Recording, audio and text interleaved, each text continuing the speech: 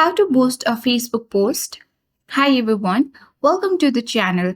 In this quick tutorial video, I'm here to guide you on how to boost a Facebook post on quick and easy way. Do watch the video till the end and don't forget to subscribe for more tech and tips videos. First, launch Facebook app on your device. Ensure to log into your account. Tap three-line icon at top right corner of the screen. On menu section, tap Pages at bottom left corner of the screen. Select the page that where you want to post a Facebook post. Now scroll down. Under Advertise, tap Post Post. Select the post which you want to post or boost on Facebook. Once you have done that, here you will see your post inside.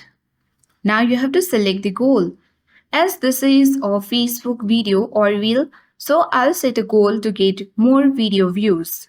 Scroll down. You can also set a button here. You can toggle on the button for Advantage plus Creative. The special ad category. You can choose the audience, and once you have chosen, you can also select the placements, like choose where you want to show your ads, that is whether that's on Facebook, Instagram, Messenger or so on.